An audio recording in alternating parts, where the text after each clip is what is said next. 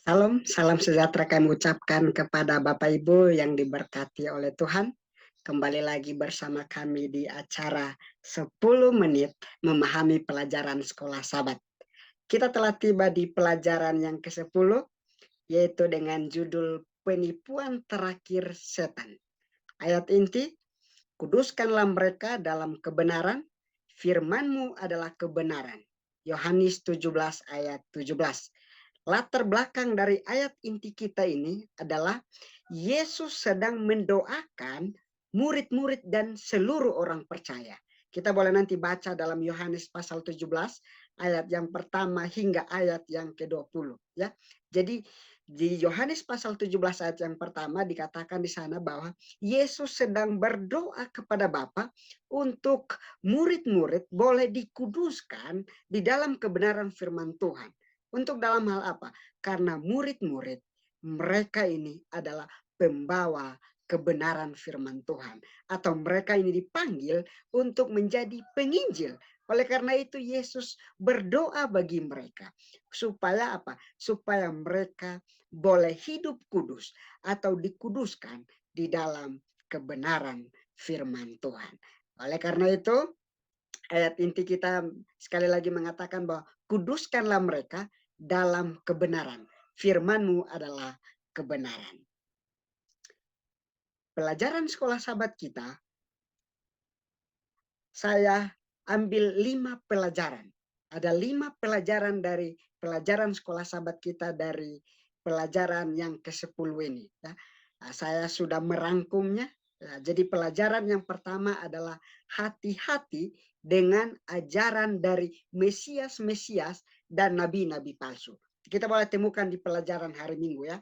Bagaimana sekolah Sabat kita menyinggung tentang Markus pasal yang ke-13 ayat 22, bagaimana berbicara di sana akan ada Mesias-Mesias dan nabi-nabi palsu di akhir zaman ya. Jadi latar belakang dari kitab Markus pasal 13 ayat 22 ini bagaimana ini sedang berbicara mengenai apa yang akan terjadi di akhir zaman atau di zaman akhir ya. Oleh karena itu Yesus berbicara kepada Petrus, kepada Yohanes, Yakobus dan Andreas bagaimana akan terjadi kelaparan, gempa bumi, namun ingat akan ada juga nabi-nabi palsu, Mesias-Mesias palsu. Tujuan dari mereka adalah mereka mau menyesatkan orang-orang pilihan atau umat-umat Tuhan. Oleh karena itu, kitab Amsal 14 ayat 12 mengatakan bahwa ada jalan yang disangka orang lurus, tetapi ujungnya menuju maut. Dan 1 Tesalonika 5 ayat 21 mengatakan bahwa ujilah segala sesuatu dan peganglah yang baik. Oleh karena itu umat-umat Tuhan yang diberkati, mari kita selalu berhati-hati di dalam setiap pengajaran yang diajarkan oleh para hamba-hamba Tuhan. Jika ajaran yang mereka ajarkan tidak sesuai dengan kebenaran Tuhan, maka kita perlu cek kembali. Kita perlu cek kembali lagi, sekali lagi saya katakan. Supaya apa? Supaya kita tidak tertipu oleh ajaran-ajaran mereka. Pelajaran yang kedua adalah ajaran yang tidak alkitabiah mengenai kematian. Nah, kita boleh temukan di pelajaran hari Senin, ya. Bagaimana disinggung di sana disinggung mengenai orang mati langsung ke surga atau neraka. Orang yang mati bisa bergentayangan atau bisa hidup kembali atau bisa bergentayangan di alam semesta ini. Nah, tentunya ini adalah ajaran yang tidak alkitabiah. Jadi ada hamba-hamba Tuhan yang mengajarkan tentang hal ini. Saya mau katakan bahwa ini adalah ajaran yang tidak alkitabiah. Karena saudara perhatikan di Alkitab dikatakan di dalam Pengkhotbah pasal 9 ayat 5 apa yang dikatakan di sana? Mereka yang sudah mati, mereka tidak tahu apa-apa lagi.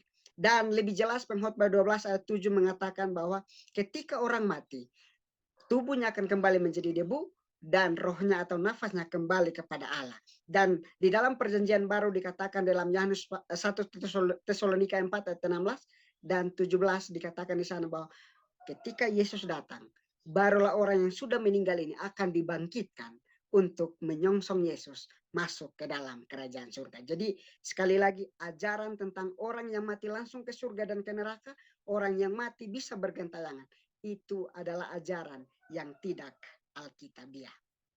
Pelajaran yang ketiga, jangan salah dalam menyembah. Pelajaran sekolah sahabat kita memberikan contoh bagaimana penyembahan yang dilakukan oleh orang-orang Babilonia waktu itu. Ya, zaman kuno. Mereka menyembah Dewa Marduk atau Dewa Matahari. Dan dicatat dalam Yeskiel pasal 8 ayat 16, bagaimana Tuhan memperlihatkan kepada Yeskiel bahwa di bangsa Yehuda banyak orang yang sujud menyembah Dewa Matahari. Dan di dalam 2 Raja-Raja 23 ayat 5 juga mengatakan di sana bahwa bangsa Yehuda atau kota Yehuda dan sekitar Yerusalem, mereka juga menyembah berhala di sana. Oleh karena itu Allah mau supaya melalui Yeskiel dan Raja Yosia ini boleh menghentikan penyembahan yang berhala ini. Oleh karena itu, umat-umat yang diberkati oleh Tuhan, mari kita menyembah Sang Pencipta langit dan bumi, ya, sesuai dengan 10 perintah Allah, perintah pertama dan perintah yang kedua, ya. Dicatat dalam Keluaran pasal 20 ayat 3 dan 4, bagaimana kita hanya boleh menyembah kepada Allah yang telah menciptakan langit dan bumi ini. Jangan kita menyembah Allah lain atau dewa-dewa lain atau apapun itu, ya, benda-benda. Jangan kita menyembah akan hal itu. Dan pelajaran yang keempat adalah setia di dalam kebenaran Tuhan. Ya, sesuai dengan Yohanes 17 ayat 17 ayat inti kita, ya. Kita umat-umat Tuhan dipanggil untuk hidup kudus, hidup sesuai dengan kebenaran Tuhan. Jadi ketika kita hidup kudus, itu artinya kita hidup sesuai dengan kebenaran firman Tuhan. Umat-umat Tuhan, pelajaran sekolah sahabat kita, mari kita setia di dalam kebenaran Tuhan. Dan pelajaran yang terakhir, pelajaran yang kelima adalah setia berarti taat kepada hukum-hukum Allah. Ya. 1 Yohanes 3 ayat 4 dikatakan bahwa setiap orang yang berbuat dosa melanggar juga hukum Allah. Sebab dosa ialah pelanggaran hukum Allah. Ya, jadi ini adalah suatu pelajaran yang menarik bagaimana kita dipanggil untuk boleh setia, kita taat kepada hukum-hukum Allah. Karena ketika kita tidak taat kepada hukum-hukum Allah, maka apa yang dikatakan? Kita sedang melanggar hukum Allah. Dan itu adalah dosa atau pelanggaran, saudara. Oleh karena itu, mari kita boleh menjadi umat-umat Tuhan yang hidup di dalam kesetiaan atau ketaatan. Karena kesetiaan dan ketaatan ini adalah hal yang sama. Artinya ketika seseorang itu dikatakan setia, berarti kehidupan dia adalah kehidupan yang taat akan hukum-hukum Allah. Dan tentunya saudara, umat-umat Tuhan yang diberkati, kesetiaan dan ketaatan ini akan ada dalam kehidupan kita atau umat-umat Tuhan jika kita mau menyerahkan diri kita setiap hari kepada Tuhan, ya. Jadi ini bukan tentang kekuatan kita, ya. Kita dapat setia kepada Tuhan, taat kepada hukum-hukum Tuhan dengan kekuatan kita, bukan. Tapi itu hanya berdasarkan kasih karunia Tuhan. Itu berdasarkan kekuatan dari surga, ya. Jadi kita boleh selalu bergantung sepenuhnya kepada Tuhan. Jadi 5 pelajaran yang boleh saya bagikan tentang pelajaran sekolah sahabat kita di pelajaran yang ke-10 ini.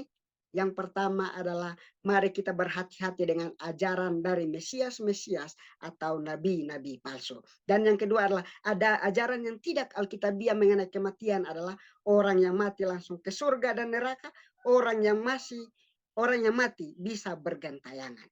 Dan yang ketiga adalah menyembah Allah yang benar, yaitu Allah yang menciptakan langit dan bumi. Mari kita menyembah Allah yang benar, yaitu Allah yang menciptakan langit dan bumi. Dan poin yang keempat adalah setia di dalam kebenaran Tuhan. Mari kita menjadi umat-umat Tuhan yang setia dalam kebenaran Tuhan.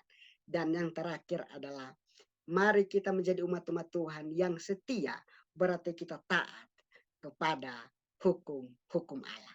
Mari kita boleh hidupkan 5 pelajaran penting ini dalam kehidupan kita, Bapak Ibu, agar kehidupan kerohanian kita semakin hari boleh bertumbuh, boleh setia kepada Tuhan sampai Yesus datang pada kali yang kedua, kita boleh dapat diselamatkan melalui kasih karunia Tuhan. Kita boleh hidup bersama-sama di dalam kerajaan sorga. Untuk Bapak Ibu, saudara-saudari yang diberkati oleh Tuhan, demikianlah materi yang boleh saya sampaikan pada hari ini. Biarlah ini boleh menjadi bekal dalam kehidupan kita. Sampai di sini Salam, sampai bertemu kembali. Tuhan memberkati.